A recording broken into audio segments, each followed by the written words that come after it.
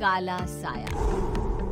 यूं तो बनारस घाट अपनी खूबसूरती के लिए बहुत प्रचलित है, पर घाट के किनारे कई राज लिए बैठे हैं। ये कहानी शुरू होती है बनारस के घाट के पास बने ममता निवास से, जहाँ प्रिया लाल जोड़े में ममता के घर उसकी बहू बनकर आती है।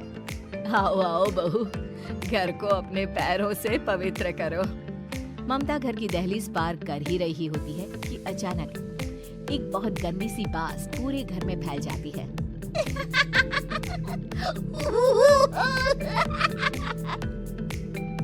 ये बदबू और ये आवाजें, ये कौन हंस रहा है माँ?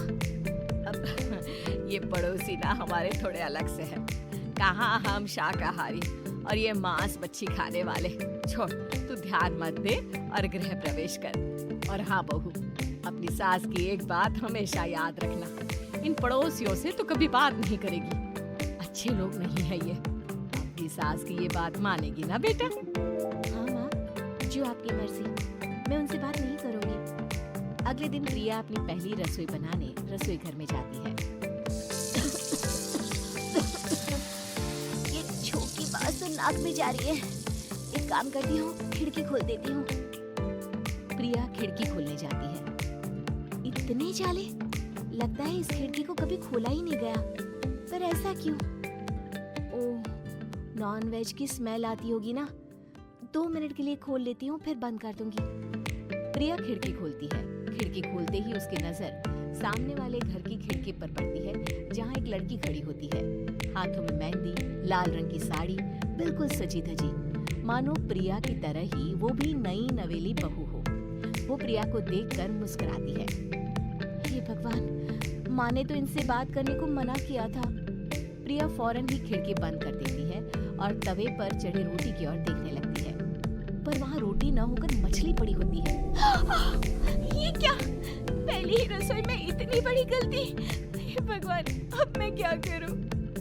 प्रिया बहुत डर जाती है और फौरन रसोई की सफाई करने और फिर सभी के लिए खाना बनाने लग जाती है। जब वो सबको खाना परोसती है, सब तो ठीक है, मैं बेकार में चिंता कर रही थी। हे भगवान, ऐसे ही बस अपनी कृपा बनाए रखना। रात के वक्त जब सब सो रहे होते हैं, तब प्रिया को पायल की आवाज सुनाई देती है, जिससे उसकी आंख खुल जाती है।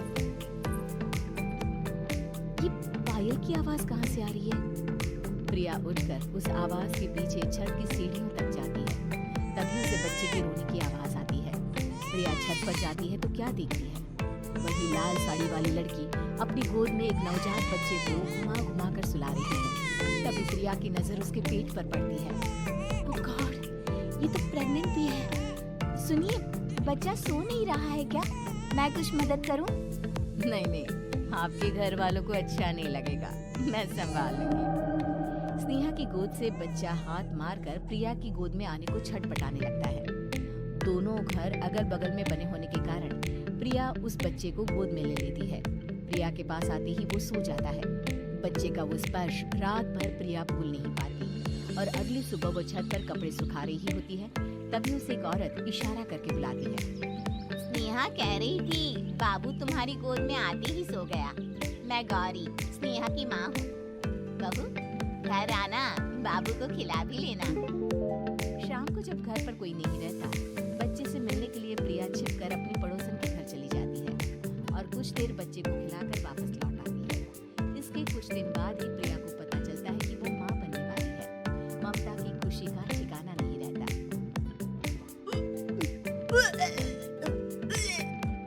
माँ जी, पता नहीं क्यों उल्टी आ रही है।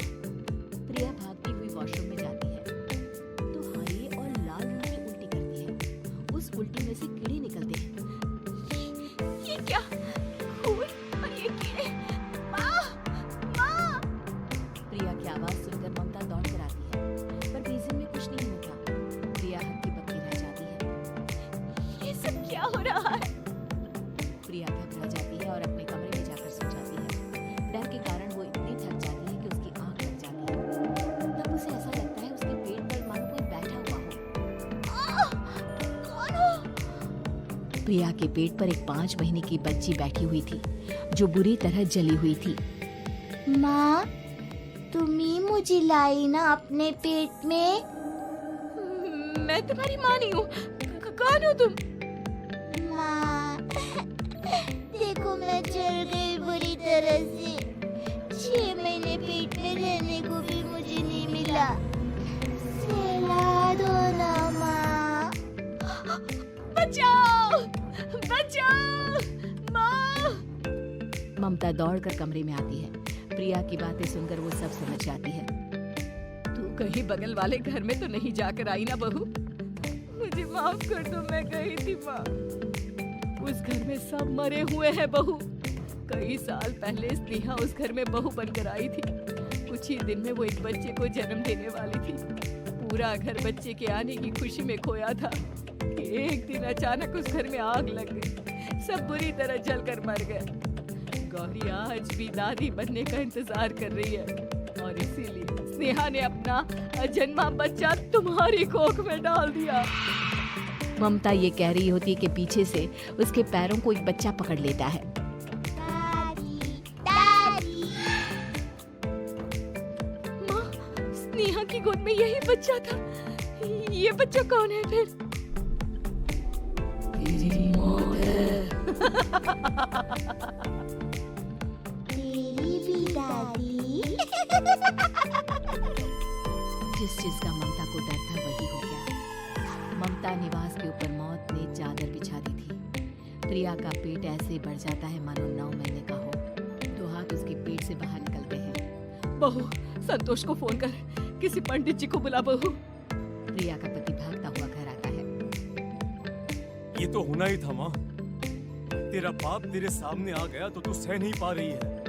स्नेहा घर में आग लगी नहीं थी, माँ ने लगाई थी प्रॉपर्टी की लालच में। और वो बच्चा मेरी पहली पत्नी का बच्चा है, मेरा बेटा, जो कि उस आग की चपेट का शिकार हो गया था। मैंने तुमसे ये सब माँ के कहने पर छुपाया था। मुझे माफ कर दो प्रिया। तुम अगर चाहो तो यहाँ से जा सकती हो। मैं तुम्हें किसी भी बंधन में रखना नहीं चाहता। मेरी शादी हुई है आपसे, मैं आपको छोड़ नहीं सकती, पर उससे पहले हमें स्नेहा, उसकी माँ और बच्चे की आत्मा की शांति करवानी होगी। संतोष और ममता गौरी के घर जाते हैं। अंदर सब कुछ जला हुआ होता है। जमीन पर जली हुई लाशें बिखरी हुई थी। ममता रो रो कर अपनी करने की माफी गौरी से मांगती है। प्रिया स्नेहा के घर वालों का अंतिम संस्कार करवा देती है और ममता निवास फिर से आत्माओं के साए से मुक्त हो जाता है।